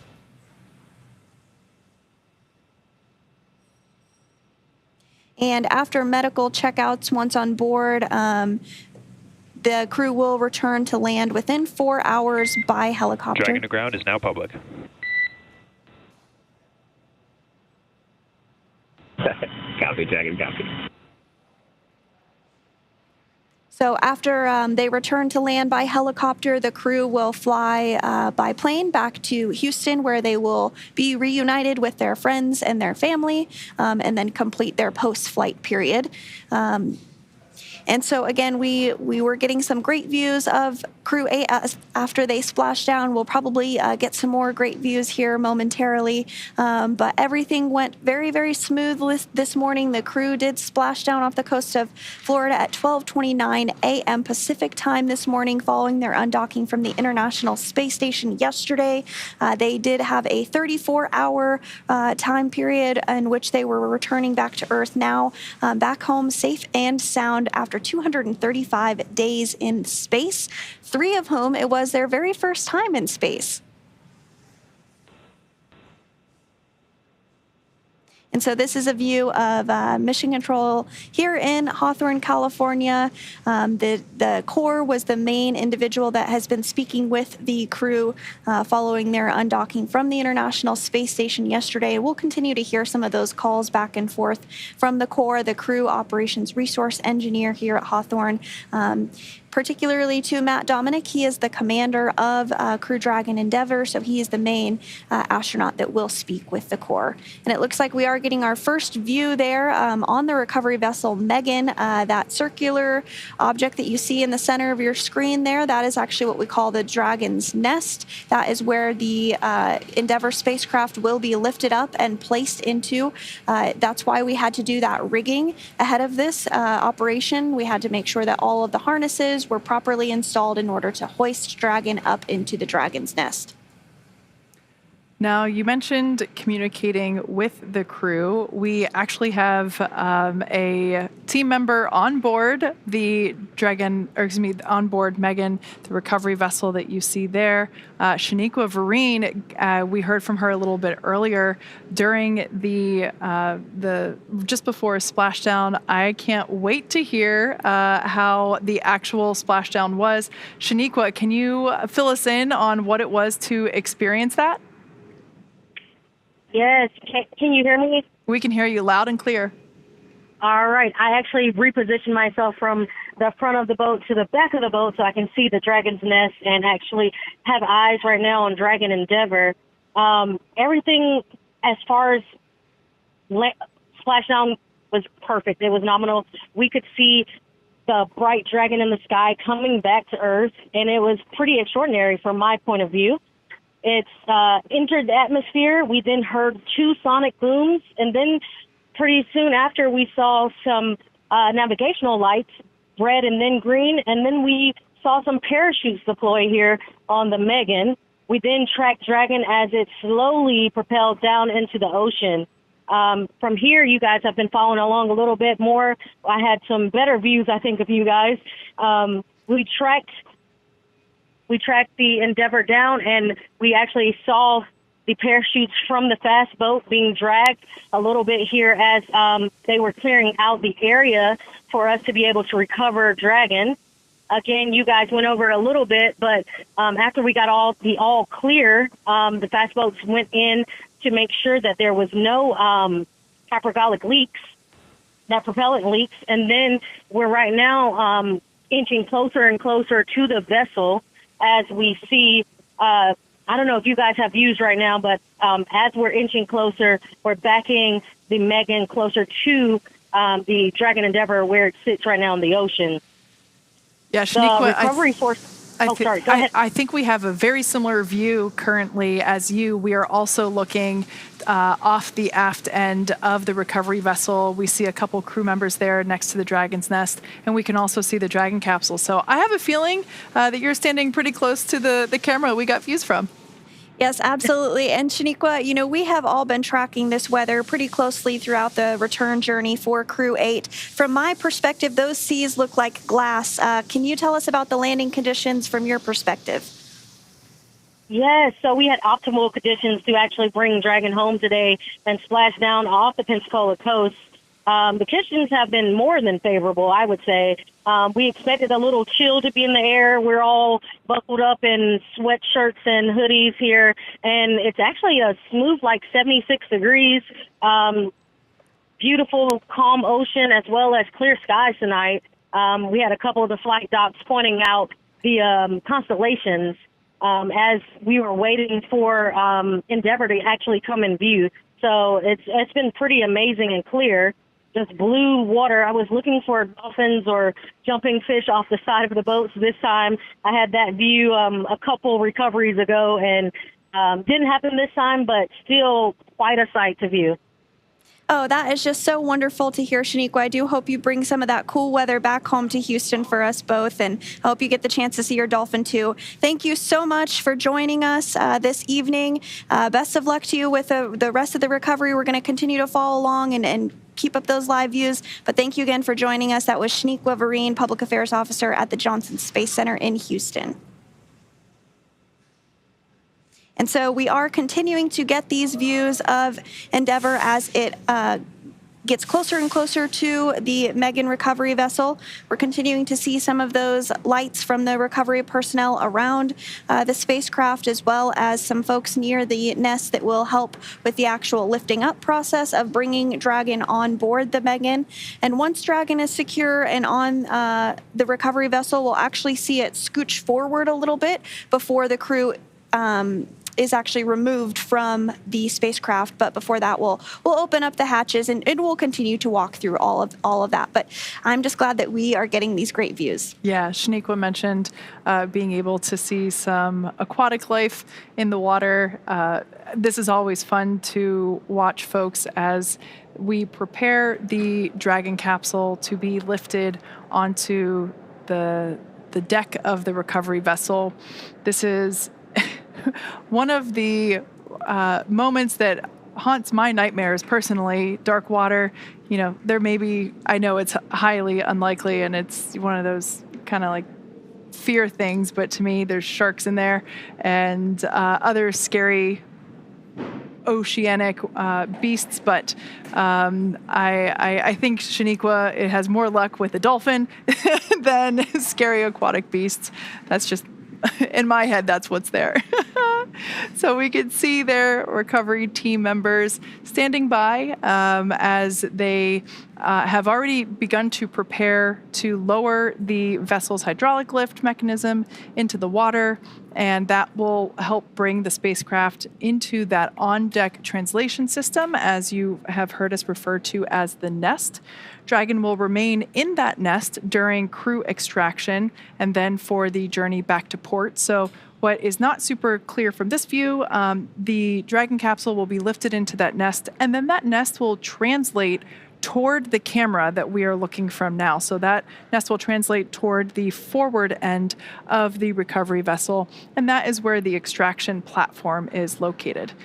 The crew we can see there in the background is continuing to prepare the Dragon capsule. We can actually see one of the recovery team members. This is probably the best view we've had of them so far, but we can actually see one of the recovery team members on top of the capsule, helping to secure the rigging and the straps necessary to safely lift the Dragon capsule out of the water. And once open, a SpaceX medical doctor will be the very first one to check in on Matt, Mike, Jeanette, and Alexander, just to see if they're ready for egress or getting out of the spacecraft. So Wall Dragon's top hatch is used to connect to the space station, and that's kind of that pointy part that you're seeing at the top of the spacecraft. On the other end is the heat shield. The top hatch is used to connect to the space station. The astronauts will egress from Dragon's side hatch, pending capsule orientation in the water, which as we see is in stable 1, so they will be able to use that side hatch. But there are multiple options, so if Dragon were to splash down in a different orientation, they could egress from the top hatch as well. So either option works, but today we will be using that side hatch. Before opening the hatch, the spacecraft's cabin pressure must be equalized with the outside environment, but it actually is equalized because we're here on Earth. So once the hatch is opened, that will be the crew's first breath of fresh air since boarding Dragon at the start of their mission all the way back in March, which is hard to believe that was almost 8 months ago. Yeah, time does fly. So this is a cool view here. I believe this is a drone shot that we have, and you can really get a sense of distance between the recovery vessel and the Dragon capsule and the speed at which the recovery vessel approaches Dragon. It is slow and steady, carefully choreographed, as pretty much everything in spaceflight is. And we can see the recovery team in the fast boat still working to prepare Dragon Endeavour to be lifted out of the water. We heard during the we heard in the post-deorbit burn debrief that the weather was really good. We can see that here live on screen. The wave height predicted was 0.6, so really mild. We can see almost a glass-like surface there on the water, and only a wind speed of only 3 knots. So overall, a beautiful evening for a Dragon to splash down. And we are getting some good visuals there of the helicopter pad on top of the recovery vessel Megan there. You can see the green lights of the helicopter pad. Once the crew is out of the spacecraft, they will depart back to the coast of Florida on board a helicopter before flying back to Houston and being reunited with their families at Ellington Field in Houston.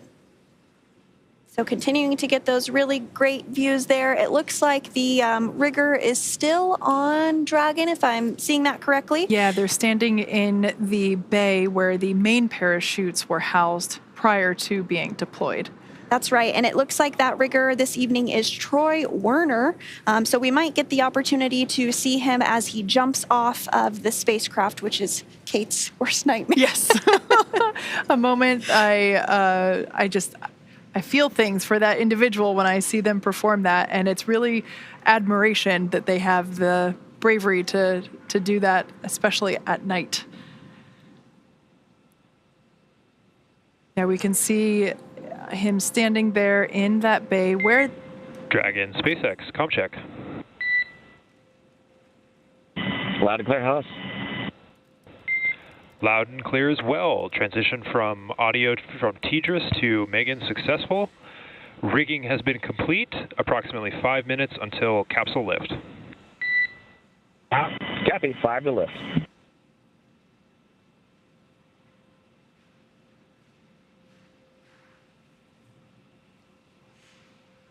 Great news there, just giving the crew an anticipated timeline for the remainder of the recovery preparations.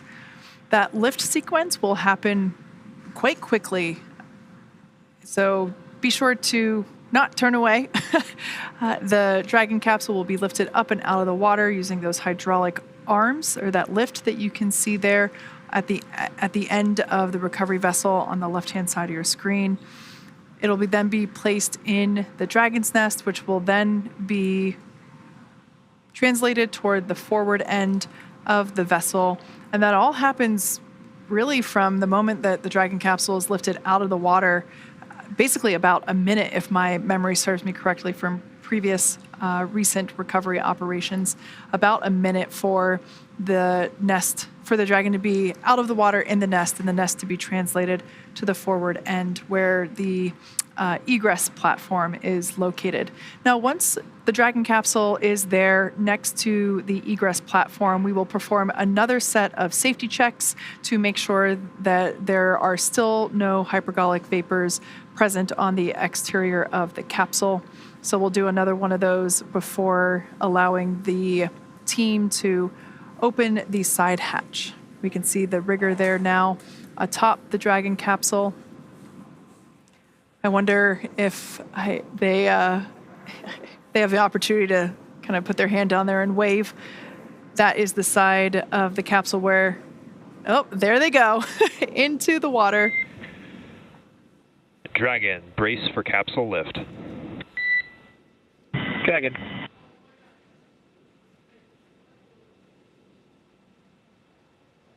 All right, lift now underway as we bring Dragon Endeavour out of the water. A great view from our drone.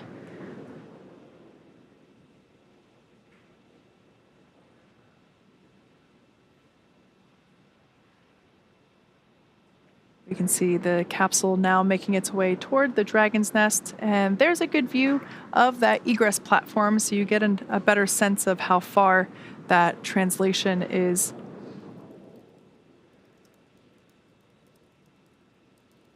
So you can see some seawater there resting in the main parachute bay.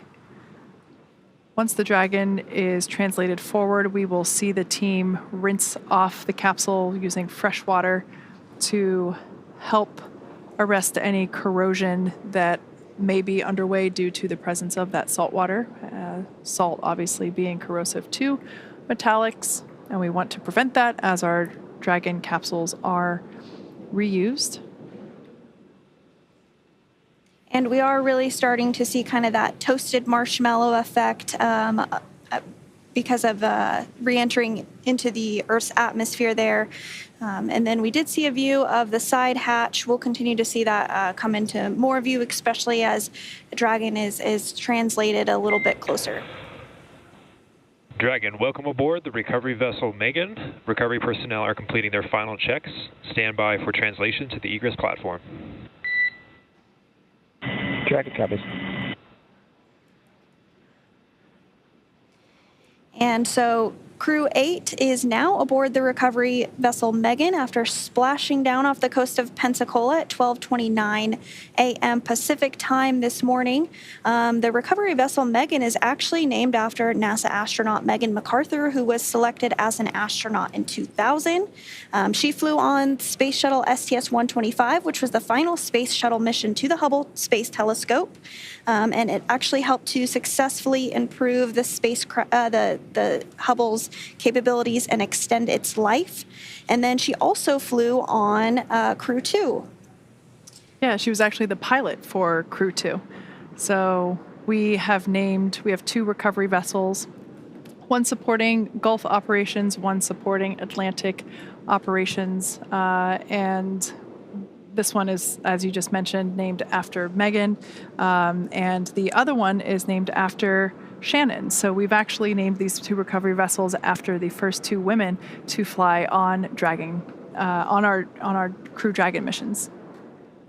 Yep, that is exactly right. And we are getting a visual there of recovery personnel working to plug up the Draco sections. Of course, those are no longer needed now that the crew is safely back on Earth. So they're working to plug those up as we continue our recovery operations this evening.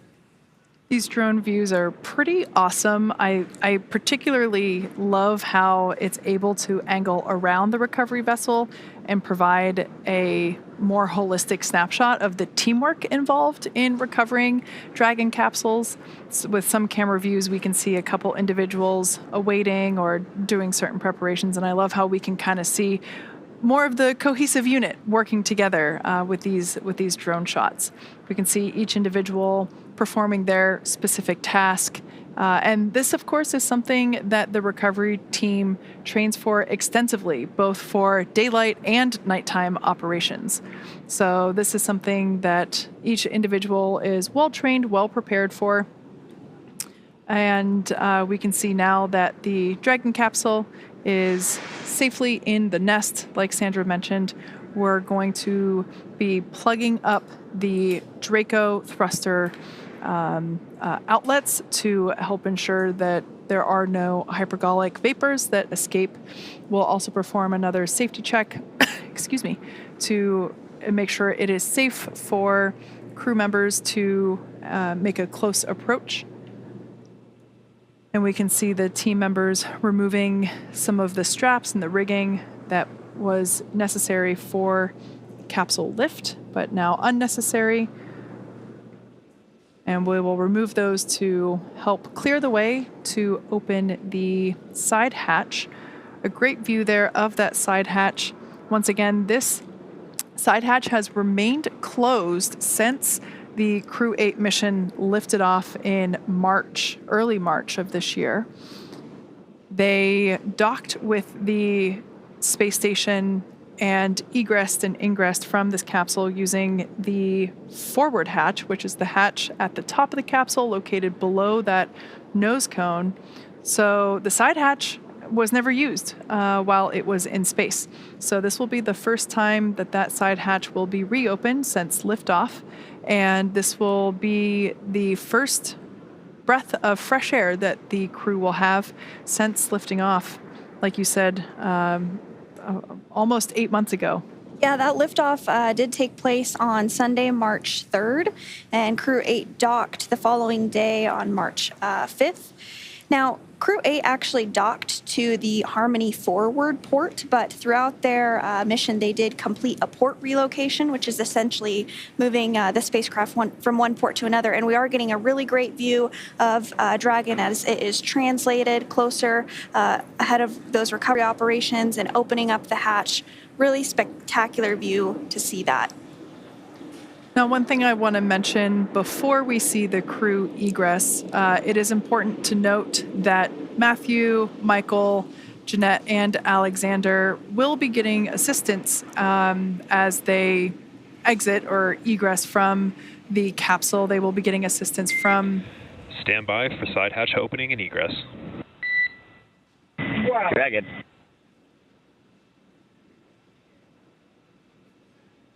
All right. So like I was saying, the team will be getting assistance from the recovery folks that you see there while they exit the spacecraft.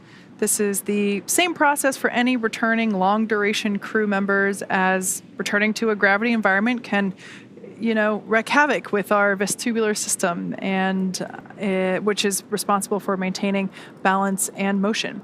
So safety, of course, is our number one priority with this operation. So you'll see the crew members helped out of the spacecraft by one by one and assisted with the few feet to the medical quarters on board the boat.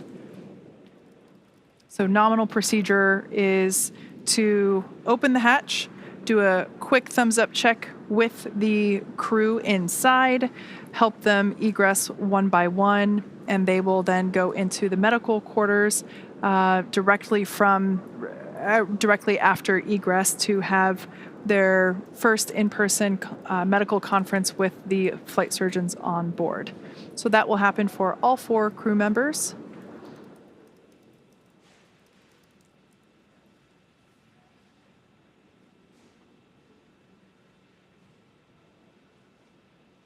Now, something you see there on the right-hand side of the egress platform, it is a rounded square. It's that white structure there off to the side. That is a piece of protective equipment that we will install once the side hatch is open. That will help protect the edges of the side hatch, help protect the seal, and also help protect the spacesuits and the crew members as they egress from the capsule. Now, the crew will will keep their helmets on, but they will flip their visors up. Side hatch opening in progress. Dragon. All right, so we got the all clear from those safety checks, and we can see now that the crew has untorqued the side hatch. We see that being lifted. We can see that protective piece being put in place.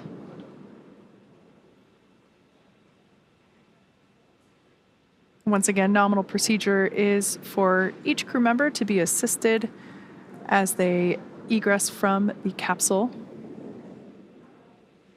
And we'll also see those footrests be removed as well once we get a little further in this procedure, once they get that protective cover installed. That just helps give a little more room as they help to bring the crew members out.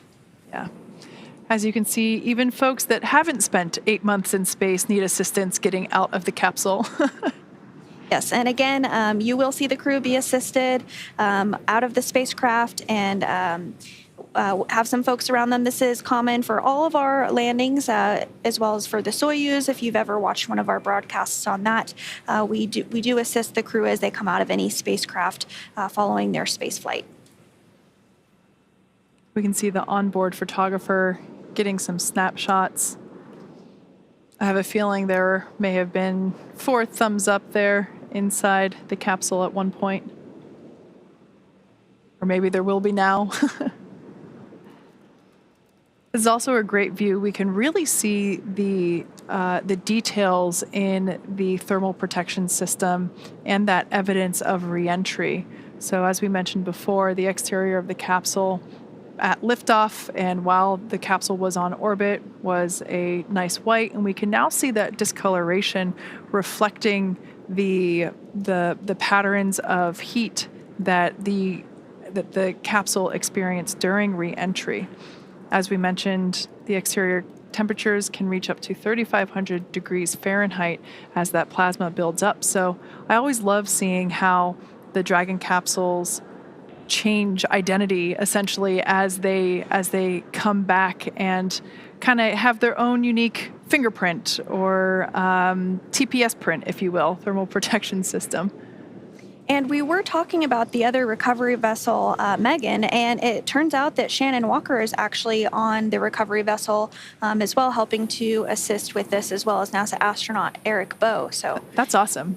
And she's the astronaut that the other vessel is named after. Yep.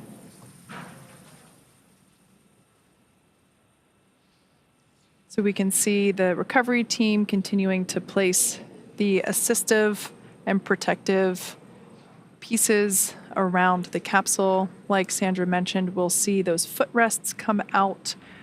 That helps provide a little bit more moving space for the team to assist the astronauts as they egress.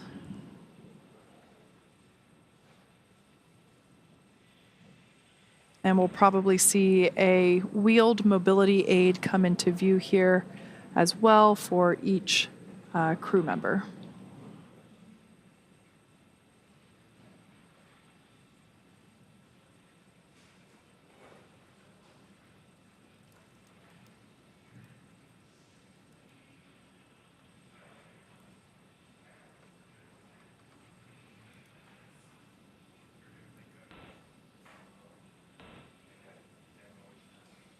And so if you are just joining us this evening, Crew 8 has splashed down off the coast of Pensacola, Florida at 12:29 a.m., ending their 235 days in space.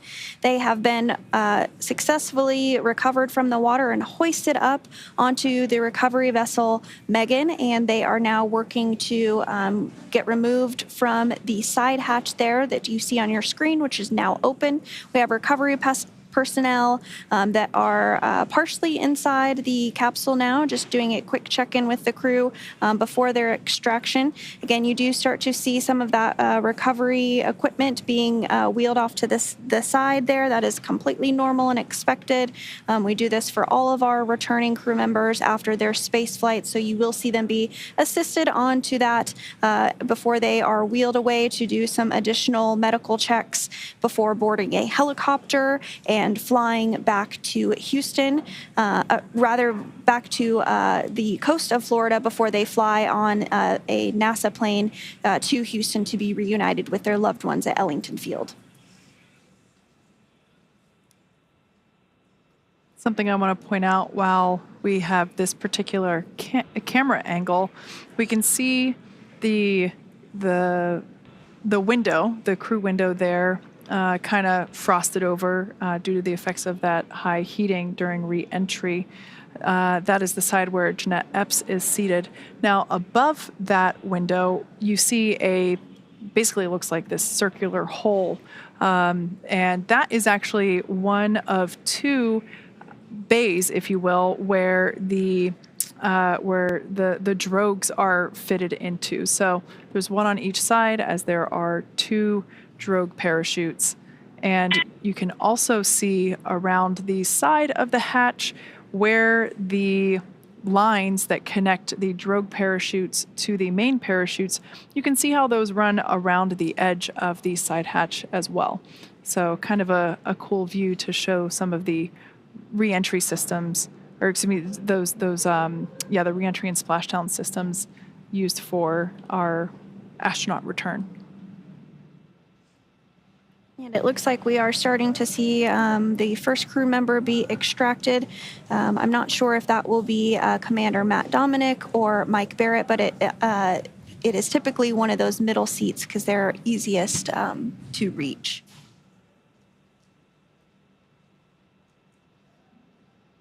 So again, you do see that crew member getting some assistance. I can't quite tell who it is just yet. I can only imagine what it feels like to have to stand up after spending nearly 8 months in space and having to stand up for the first time with Earth's gravity. And that is NASA astronaut Matt Dominic, who is now out of the spacecraft. His very first space flight. Looks like we're getting some handshakes there. High fives all around.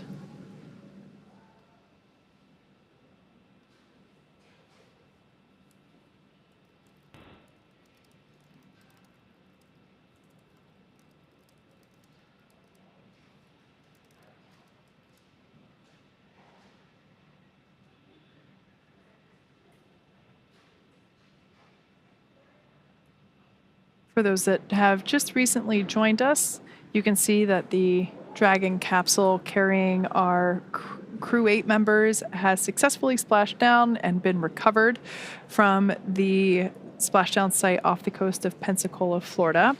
We have just seen the egress or exit of Commander Matt Dominic, who was seated in one of the two center seats. We can see, so we're standing by for the egress of the other three crew members. And on your screen there, some of the recovery team and NASA folks there assisting with the egress. As we mentioned, we, just standard protocol, we always help individuals coming back from long duration spaceflight. We always help them, give them some assistance back to the medical base. So I can only imagine that it feels like 100 elephants standing on your shoulders as you have to stand up. This particular mission was in space for 235 days, 232 of them on station. And this ended up being the longest duration mission that Crew Dragon has ever performed. So kind of a cool first there. And the longest U.S. Spacecraft flight ever, whether that was through the shuttle program, Apollo, Mercury, Gemini. So that's a fun fact. And so it looks like they're working now to extract the next crew member. So we'll stand by to see who it is. But I do expect that it would be NASA astronaut Mike Barrett. But we'll confirm that just momentarily.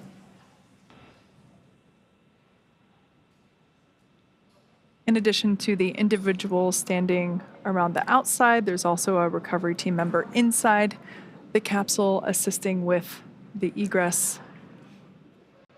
And that is NASA astronaut Mike Barrett. This is he is the veteran on this space flight. The other 3 flyers on board Crew 8 were all rookies.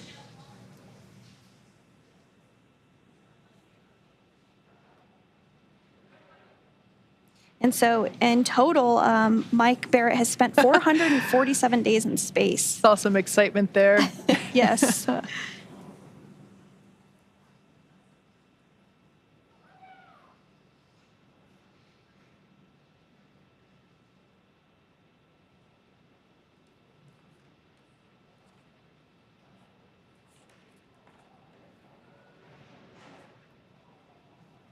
So remaining inside Endeavour is NASA astronaut Jeanette Epps, as well as Roscosmos cosmonaut Alexander Gurbankin.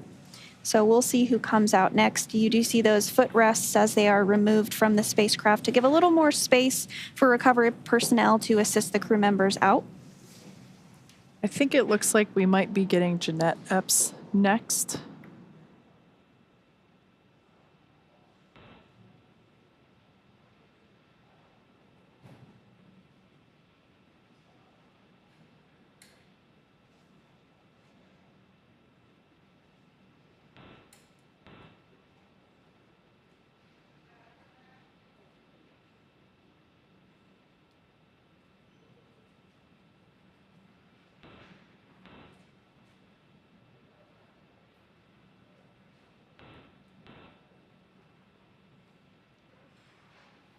So they're continuing to work to get the next crew member out, and you can really see there's quite a few folks on the recovery vessel. It just really speaks to all those that are involved with helping to make a mission successful. It's the recovery boat personnel, the folks in Mission Control Hawthorne and in Houston, as well as all around the world, those that support the International Space Station.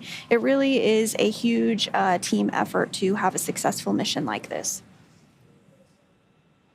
And in fact, there's 44 people on the recovery vessel, Megan, to help support tonight's splashdown.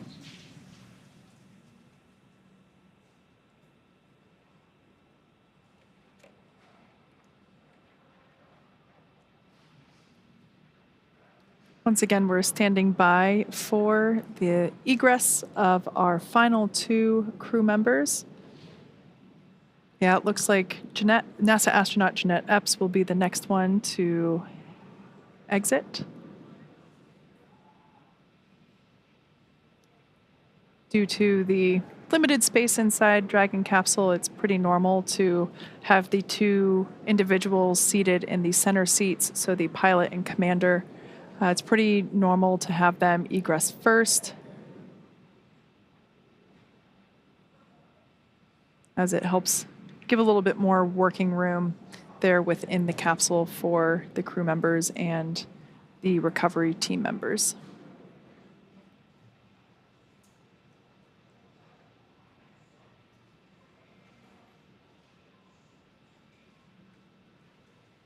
And I do believe that is NASA astronaut Jeanette Epps who is next out.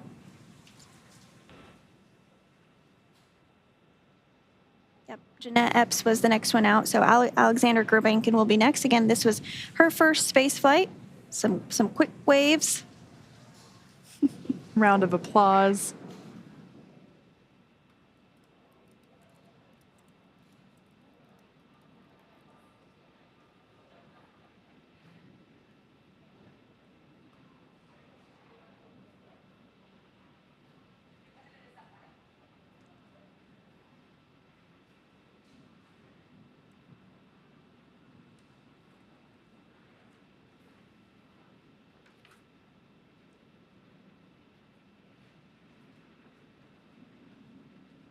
And we are starting to see Alexander Gurbankin be extracted from the spacecraft as well.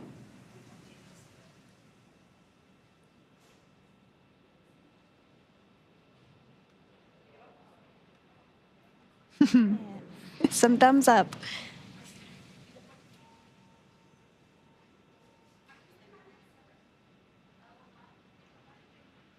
And we now have all 4 crew members outside of Crew Dragon Endeavour following their 235 days in space. Some cheers and excitement for Crew 8. That's great to see. Checking to make sure they didn't leave anybody inside. No aliens as stowaways inside Dragon Endeavour.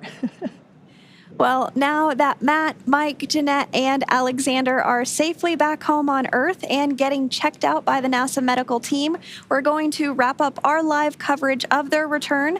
Now, this all kicked off on March 4th, 2024 from historic Launch Pad 39A at the Kennedy Space Center in Florida.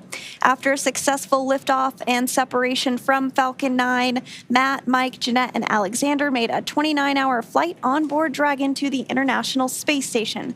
Since arriving at the space station, they spent nearly 8 months as members of Expedition 71 and 72, where they executed science experiments, spacewalk, and repairs while aboard the orbiting laboratory. Their journey home began about 34 hours ago on October 23rd when they closed the hatch to Dragon and undocked from the space station at 2:05 p.m. Pacific time. After 4 successful departure burns and a phasing burn to line up their orbit, Matthew, Michael, Jeanette, and Alexander rested for a few hours before waking up to prepare for re-entry this morning. We jettisoned Dragon's trunk and performed our final on-orbit maneuver, the approximately 9-minute-long deorbit burn, and that occurred at 11:39 p.m. Pacific, 2:39 a.m. Eastern Time, and that sent Dragon on its path home. The spacecraft re-entered the Earth's atmosphere and slowed its descent with successful deployments of 2 drogue parachutes and 4 mains, with the final splashdown occurring off the coast of Pensacola, Florida, on time at 12:29 a.m. Pacific, 3:29 a.m. Eastern. Following that successful splashdown, we saw SpaceX recovery experts move in quickly and prepare Dragon Endeavour for its lift into the recovery vessel. And just a little less than an hour following splashdown, we saw Matthew, Michael, Jeanette, and Alexander make their way out of Dragon and into the recovery ship's medical facilities safe and sound.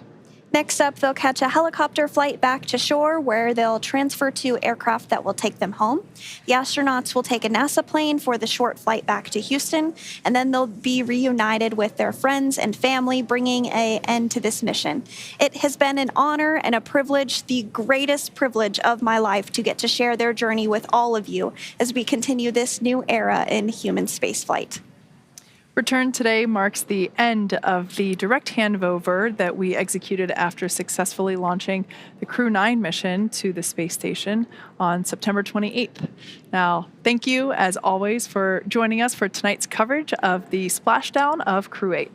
Remember to follow SpaceX on X and NASA online and on social media for updates for the very latest on crew and cargo flights to and from the International Space Station. And we'll continue to share the progress of Matt, Mike, Jeanette, and Alexander on social media as they travel back home. We also do have our post-splashdown media telecon coming up at 2 a.m. Pacific, 5 a.m. Eastern Time this morning, where leadership will share a final update as we conclude this successful mission. So from all of us at NASA and SpaceX, it has been great to support this mission. Welcome home, Crew 8. So long.